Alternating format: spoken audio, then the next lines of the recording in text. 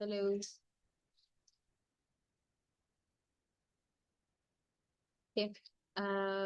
Assalamualaikum warahmatullahi wabarakatuh. Ini teman-teman, saya membuat rekaman ini untuk teman-teman apa namanya menjawab ataupun membuat proyek UTS kita, yaitu membuat CV dan juga membuat cover letter. Ya, jadi di sini akan saya explain dulu seperti apa sih materinya. Oke, ini sudah terlihat ya di slide.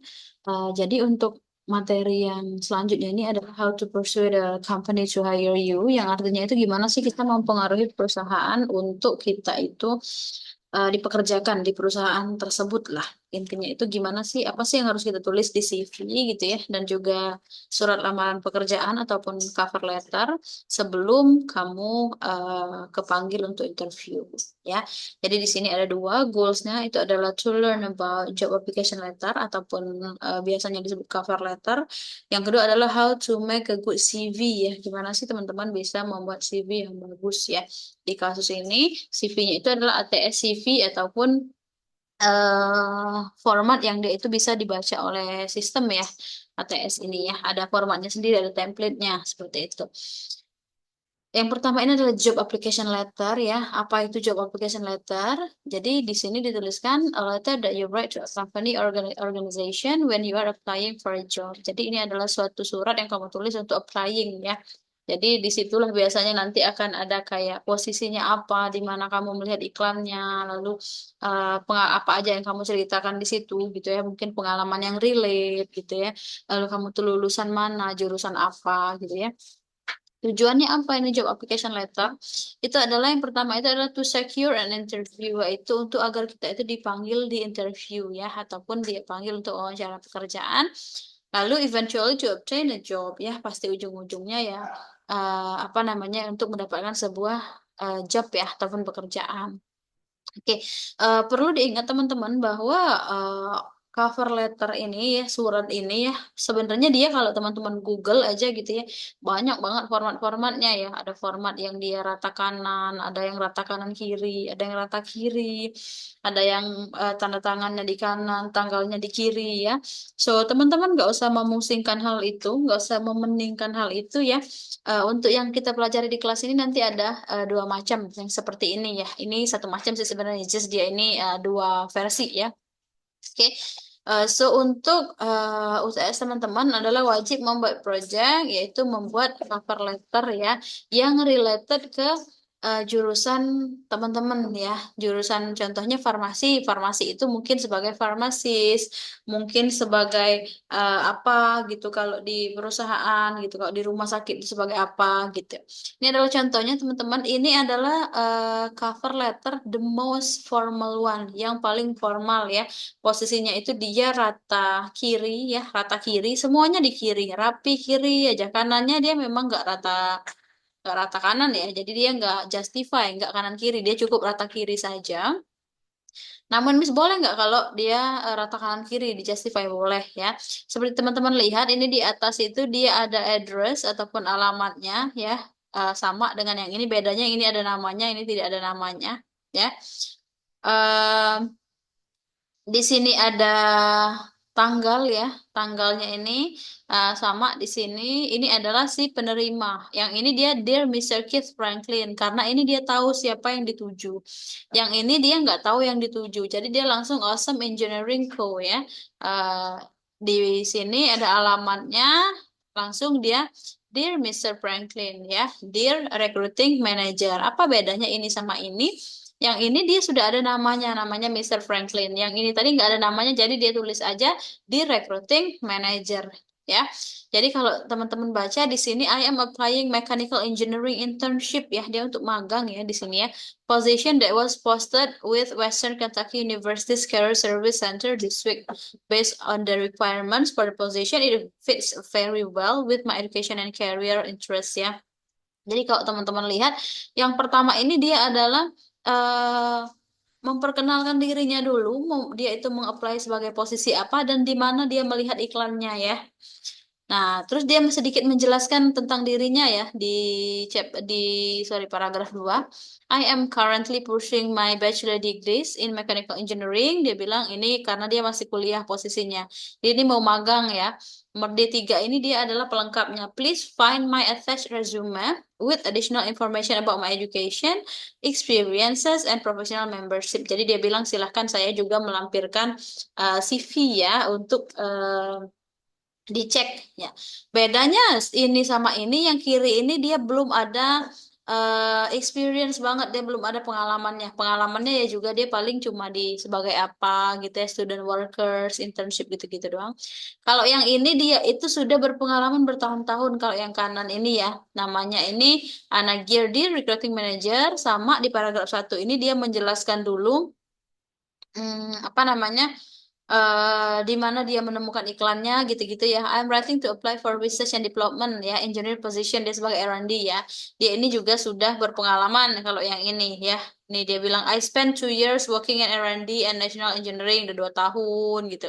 So yang ini dia lebih panjang karena dia sedikit menjelaskan pengalamannya ya. Oke, so ini adalah project teman-teman. Silakan bikin cover letter sesuai dengan jurusannya ya untuk posisinya ya. Jadi kalau elektro ya tentang apa, robot, IoT gitu-gitu ya. Atau apa, engineer apa gitu. Nah, yang kedua ini adalah CV ataupun kita sebut dengan curriculum vitae is a written description for your experience, education background and skill ya. Jadi dia ini adalah sebagai petunjuk untuk si perekrut ini, perusahaan ini melihat pengalaman kamu apa aja sih, pendidikannya bagaimana dan juga skillnya apa aja ya. Dia tuh seperti autobiography, seperti autobiography.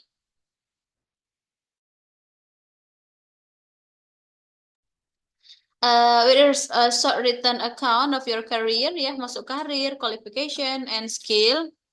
Bagus. Siapa sih? Jangan cetok-cetok.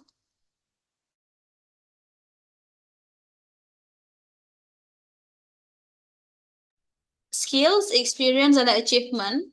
It is used recruitment and it allows potential employer to clearly to see a broad outline of candidate ya. Jadi sebenarnya tujuannya adalah untuk kita melihat apa namanya ya, perusahaan itu bisa melihat dengan cepat tanpa dia harus nanya-nanya banyak, dia langsung lihat aja di CV-nya ya. So why CV ya? eh Dia bilang it is the ticket for interview ya. Itu adalah tiket untuk kita dapat interview, baik itu phone interview, formal, informal maupun sebelum kita mengirim start application biasanya itu di attach ya. Yang kedua ini adalah for studying issue. Jadi teman-teman kalau mau pertukaran pelajar, kalau teman-teman mau lanjut S2, S3, biasanya diminta CV ya. Nomor 3 ini adalah for networking. Kalau jadi pembicara, kalau jadi apa, dia pasti minta CV ya.